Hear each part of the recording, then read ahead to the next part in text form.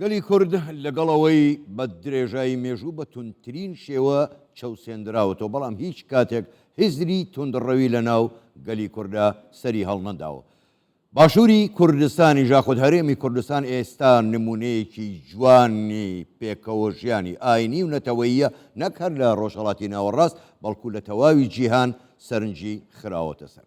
ئێمە بۆی قسەی زیاتر لەسەر ئەم بابەتە بکەین کە داخۆ چەند ئەم پێکەوەژیانەی هەرێمی کوردستان لە وڵاتانی تر و بە دیاریکراویش لە ئەمریکا دەنگی داوەتەوە. میوانێکمان لەگەڵدایە، لەگەڵ ئەو قسەی زیاتر دەکەین. میوانەکەمان زۆر بەڕێز ئەمیر عوسمان بەڕێوەبەری پێکەوەژیانی ئاینەکان لە وەزارەتی ئەوقاف ڕاستەوخۆ لە ڕێگای سکایپەوە لە واشنگتن لە ئەمریکاوە لەگەڵماندایە.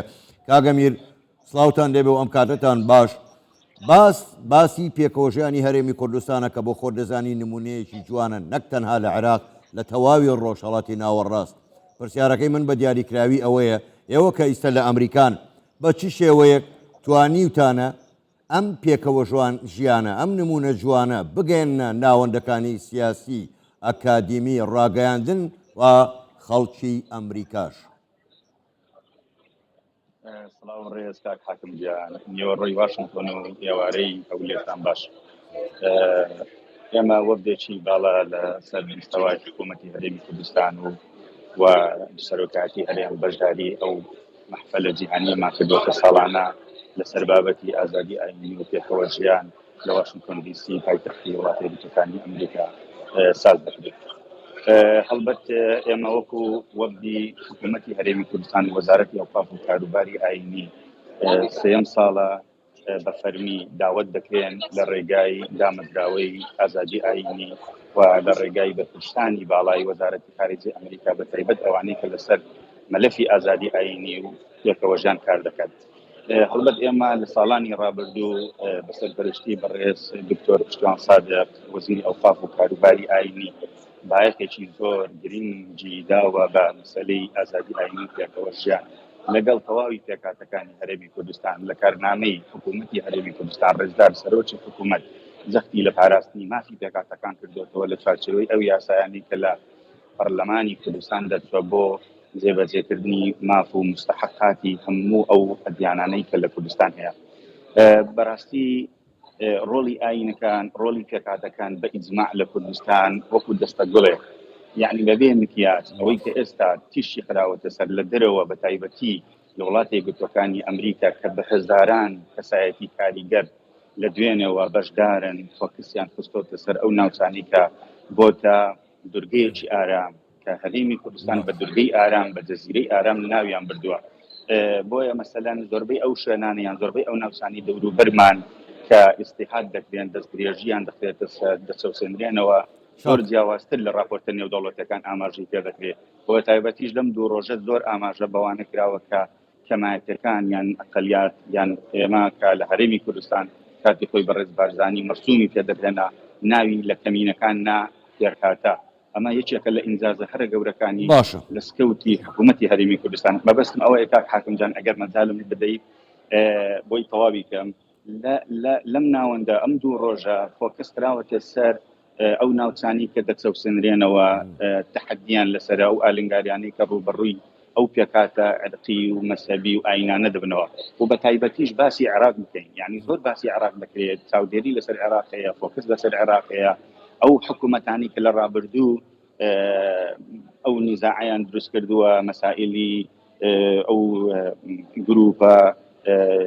ئەو گروپە مەسەبیانی کە لە کاتی خۆی ئەو منطقانی کە ناوچە دابڕێنراوەکانی هەرێمی کوردستان منطقەی متەنازع عەلەیها بە مصطلح دەستوریەکە تەرکیزمان قسوەتە سەر ئەوانیش کە ئەو منطقەیە جارێکتر بگەڕێنەوە و وەزی ئێمە زۆر بەبایەخەوە باسی ئەومان کردووە کە زیاتر لە 2.5 ملیۆن ئاوارە لە باوەشی خۆمانمان کرد هەموو دەرگا و مزگەوت و کەمیسە و شوێنەکان بۆ حەوانەوەی تەواوی ئاوارەکانی خوار و ئاوارەکانی دەرەوەی عێراق، ئاوارەکانی ناوەڕاست هەمویان هاتنە هەرێمی کوردستان. یعنی ئەوە زۆر تەرکیزی لەسەر دەکرێت، زۆر بەبایەخەوە باسی ئەو دورگە ئارامان دەکرێت کە لە ناوچەیەکی پڕ چەشمە چێشم و مەعمەعی سیاسی. زۆر باشە.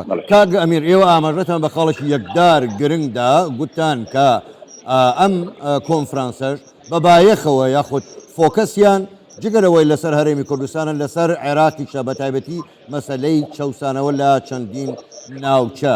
بەڵام پرسیارەکە بە دیاریکراوی ئەمەیە، ئایا ئێوە ئەوە ڕوون نەبووتەوە لە لای کۆنفرانس یاخود لە لایەی کاربەدەستانی ئەمریکاش کە ئەو چەوسانەوەی کە لە عێراقدا هەیە ڕەنگە لە وڵاتانی دەور و پشتی شەیە بەڵام بە هیچ جۆرێک لە هەرێمی کوردستان نییە، بۆیە ئەمە وا ناکە کە وڵاتێکی گەورەی وەکو ئەمریکا پشتیوانی زیاتری هەرێمی کوردستان بکات؟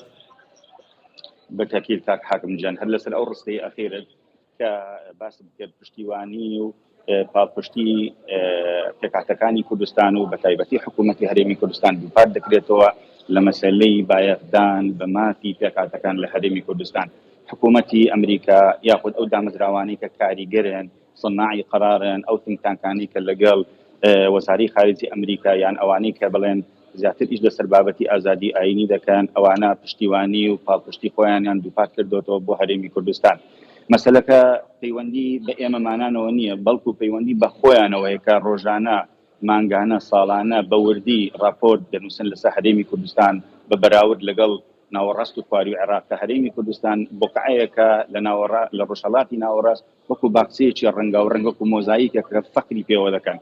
بۆیە حیساب بۆ کراوین ساڵانە داوت دەکرێن، بۆیە حیساب بۆ کراوین کە ئێمە زۆرترین کات لە ئەو مەحفەلانی یاخود ئەو ناوەندانی کە باس لە ئازادی ئاینی و باس لە پێکەوەژیان دەکرێت ئێمە داوت دەکرێت. هەڵبەتە ئەو ئینجازەی کە حکوومەتی هەرێمی کوردستان بە تایبەت کابینینەوە دەستەبەری کردووە توانیمانە لە خلالی ئەو چەند ساڵە حکوومەتی هەرێمی کوردستان بە پاڵپشتی لەگەڵ پێکاتەکان پێکەوەژیان بخاتە سەر نەخشەی وڵاتانی جیهان کە ئێمە حیسابمان بۆ بکرێت. بۆیە زۆربەی ئەو وڵاتانی کە عمالیقەن، ئەو وڵاتانی کە جلهێزن، ئەو وڵاتانی کە گەورن، ئەمڕۆ باسی شێشەی ئەرکی دەکرێت، ئەمڕۆ باسی دەستێوەردانی وڵاتان دەکرێت، ئەمڕۆ باسی کێشەی مەذهبی دەکرێت. هەڵبەتە ئێمە ناچینە نێوان ملانەی مەذهبی گەورەی ئەو وڵاتانە، ئەمانە ڕەنگە ئیشی ئێمە نەبێ، بەڵام ئیشی ئێمە ئەوەیە کە چۆن باشتر و چاکتر بتوانین خزمەتی بە ئاشی پێکاتەکان بکەین لە کوردستان. هەرچی ئێمەیە واجبی ئێمەیە، واجبی حکوومەتە، واجبی وەزارەتمانە. اینجا بۆیە بەڕاستی زۆر دڵخۆش دەبین، زۆر خۆشحاڵ دەبین کە ماوەی 3 ساڵە کە بە دوورگەیەکی ئارام ناوی هەرێمی کوردستان دەهێنرێ لەسەر مستەوای ڕۆژهەڵاتی ناوەڕاست و جیهان. زۆر باشە، زۆر بەڕێز ئەمیر عوسمان بەڕێوەبەری پێکەوەژیانی ئاینەکان لە وەزارەتی ئەوقاف ڕاستەوخۆ لە ڕێگای سکایپەوە لە واشنگتن لە ئەمریکاوە لەگەڵمان بووی. سوپاس بۆ بەشداریکردنتان لەگەڵمان. نیوەڕۆتان باش.